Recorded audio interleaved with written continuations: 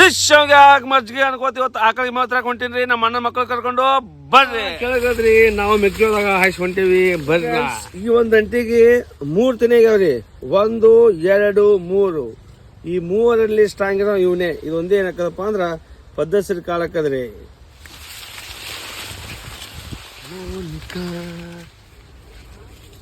ನಿನ್ನನು ಮರೆತು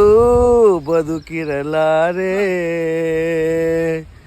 ಒಂದು ಕ್ಷಣ ಹುಡುಗರಿಗೆ ಒಳಗೆ ತ್ರಾಸ ಇತ್ತು ಯಾಕಪ್ಪ ಅಂದ್ರೆ ಮೇವ ಗಾಯ ಮಾಡ್ಬೇಕಾಗಿತ್ತಲ್ಲ ಹಿಂಗಾಗಿ ಸುಮ್ಮ ಹಾಯ್ ಬಾಯ್ ಅನ್ಕೋತ ಚಾಲು ಮಾಡೇ ಬಿಟ್ಟು ಮೆಕ್ಕೆಜೋಳ ಬಿತ್ತಿದಾದ್ಮ್ಯಾಗ ಈ ಒಡ್ಡಿಗಿನ ಕಸದಂಡಿ ಹೊಡೆದಿದ್ದೆ ಅವಾಗ ಭಾಳಷ್ಟು ಮಂದಿ ಕಾಮೆಂಟ್ ಮಾಡಿದ್ರು ಅಣ್ಣಗಳು ನೀವು ಬರೈತಲ್ಲ ಅಂತೇಳಿ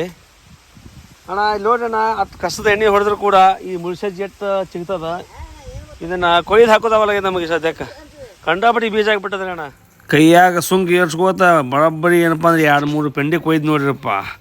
ನಾನು ಆಮೇಲೆ ನಮ್ಮ ಅಣ್ಣನ ಮಕ್ಕಳು